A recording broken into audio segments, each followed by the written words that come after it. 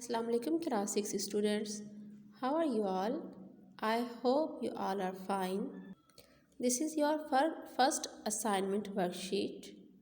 In first assignment, I have continued our poem Trespass. Trespass poem हम already class में read कर चुके हैं. हाफ ऑफ वर्क इसका हम अपनी कॉपी में डन कर चुके हैं. अब फर्स्ट असाइनमेंट में जो हमारा रिमेनिंग वर्क था इस पोम का वो हमने यहाँ पर फर्स्ट असाइनमेंट में अपना कंप्लीट करना है. लेकिन उससे पहले हम अपनी ट्रेसपास को एक दफ़ा दोबारा से रीड करेंगे. पोम है आपकी trespass. Trespass means enter someone's land और प्रॉपर्टी विदाउट परमिशन, यानी किसी की प्रॉपर्टी में उसकी इजाज़त के बग़ैर दाखिल होना. I dreaded walking where there was no path. वहाँ जहाँ कोई रास्ता ना था मुझे चलते हुए खौफ आया. And I pressed with cautious tread the meadow swath. Swath कहते हैं उस रास्ते को जहाँ पर ग्रास ना हो. देखिए यहाँ पर साइडों में यहाँ पर इर्द गिर्द ग्रास है और ये रास्ता खाली है जो पाथ बनाया हुआ है चलने के लिए, इसे कहते हैं स्वाथ. तो इस स्वाथ पर मैं बहुत एहतियात के साथ चलता गया. And always turned to look with wary eye. और हमेशा चौकस होकर पीछे मुड़कर देखता गया. And always feared the owner coming by. और हमेशा खौफ लगा रहा कि मालिक आ जाएगा. Yet everything about where I had done, लेकिन जहाँ मैं गया था वहाँ की हर चीज़ appeared so beautiful I ventured on. इतनी खूबसूरत लगी कि मैं आगे बढ़ता गया. And when I gained the road where all are free, और जब मैं उस रोड पर पहुंचा जहां सब लोग आज़ाद थे या आज़ादी के साथ घूम रहे थे यहाँ वहाँ, I fancied every stranger frowned at me. मुझे ऐसे लगा कि हर अजनबी जो है स्ट्रेंजर वो मुझे गुस्से की निगाह से देख रहा है. And every kinder look appeared to say, और हर अपनायत भरी निगाह जो थी वो मुझे ये कहती हुई मालूम हुई, You have been on trespass in your walk today. कि आज तुमने अपनी सैर में बेजा मदाखलत की है. I have often thought the day appeared so fine. मैंने अक्सर सोचा है दिन इतना सुहाना लग रहा था. How beautiful if such a place were mine. कितनी अच्छी बात होती है अगर ऐसी जगह मेरी होती. बट हैविंग नॉट, लेकिन ऐसा नहीं है, मेरे पास नहीं है. I never feel alone. मैंने कभी खुद को तन्हा महसूस नहीं किया. And can not use another's as my own.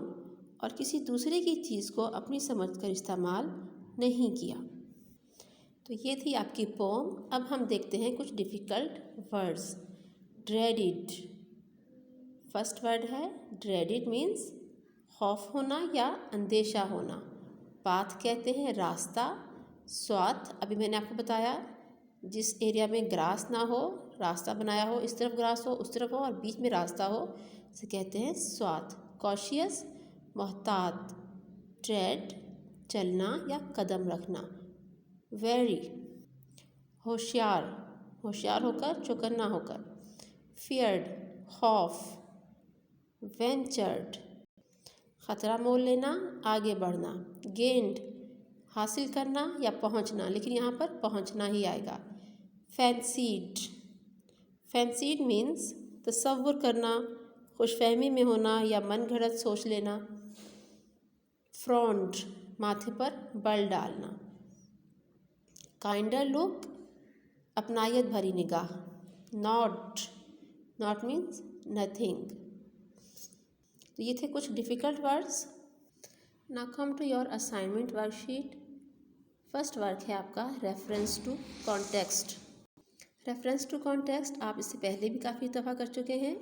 Reference to context में क्या होता है कि बुक में से, आपके चैप्टर में से या आपकी पोम में से आपको कोई पैराग्राफ, कोई लाइन, जैसे यहाँ पर अब पोम है तो ओनली वन लाइन यहाँ पर आपको दी गई है, तो इसी में से आपसे आंसर पूछे जाएंगे, क्वेश्चन किया जाएगा और आप आंसर करेंगे। तो आपके पास फर्स्ट लाइन है, and why I gain the road where all are free. ठीक है, यह आपका एक लाइन का सेंटेंस है। यानी जो शख्स वॉक कर रहा था वो कहाँ पर वॉक कर रहा था? आंसर है he had been walking on someone else land. वो जो वॉकर है वो किसी और की लैंड पर वॉक कर रहा था। Number 2, what happens on the road and what does the walker think. कि वहाँ पे रोड पे क्या हुआ और वॉकर ने क्या सोचा, यानी जो वॉक कर रहा था उसने क्या सोचा? Answer is he thinks that the people are frowning at him and are thinking with dislike that he has been trespassing. उसने सोचा कि लोग जो हैं उसकी तरफ देख रहे हैं माथे पर बल डालकर और सोच रहे हैं कि वो उसको पसंद, और सोचा कि वो उसको पसंद नहीं कर रहे हैं कि ये शख्स जो है ये किसी और की लैंड पर ट्रेसपासिंग कर रहा है।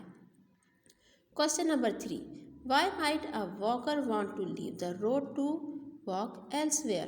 कि उस वॉकर ने जो है रोड छोड़कर कहीं और वॉक करना क्यों शुरू किया? ये उन्होंने क्वेश्चन आपसे पूछा है, यानी आपके ख्याल में ऐसा क्यों हुआ? तो हमने आंसर दिया है he might like to enjoy the solitary walk. यानी उसने सोचा होगा या कि वो इन्जॉय करना चाहता होगा। सॉलिटरी वॉक मतलब अकेली वॉक, अकेला तन्हा वो वॉक करना चाहता होगा। And enjoy the scenery of the surrounding area. और जो उस एरिया के चारों तरफ जो सीनरी थी, जो माहौल था, जो खूबसूरत एरिया था, उसको वो इन्जॉय करना चाह रहा होगा। उसके बाद सेकंड वर्क है आपका वर्ड्स सेंटेंसेस। फर्स्ट वर्ड है मूवमेंट, यानी लम्हा। She is studying at the moment. वो इस लम्हे स्टडी कर रही है। Absorb, the sponge absorbs water well. Sponge जो है वो वाटर को बहुत अच्छी तरह से एब्जॉर्ब कर लेता है। Trespass, we should not trespass on someone's land. हमें किसी और की ज़मीन पर ट्रेसपासिंग नहीं करनी चाहिए। रिजल्टेंट मीन्स रिजल्ट, नतीजा। A good deed has a good resultant. एक अच्छे काम का अच्छा रिजल्ट आता है। इमोशन, जज्बा। We should respect others emotions. हमें दूसरों के जज्बात की रिस्पेक्ट करनी चाहिए, इज़्ज़त करनी चाहिए। अब है इस पोम का सेंट्रल आइडिया।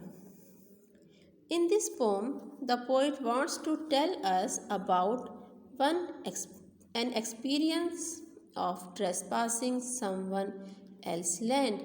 इस पोम में पोइट ने हमें बताया है किसी और की ज़मीन पर ट्रेसपासिंग करने का एक एक्सपीरियंस, एंड द रिजल्टेंट, और उसका result. Trespassing is nothing always in a land. Trespassing जो है वो हमेशा किसी ज़मीन पर नहीं होती है। It may sometimes be in thinking and emotions of others also. ये कभी कभी किसी की सोच में, किसी के जज्बात में भी ट्रेसपासिंग होती है। जैसे किसी के बारे में खुद से सोच लेना कि वो शख्स ऐसे सोच रहा होगा।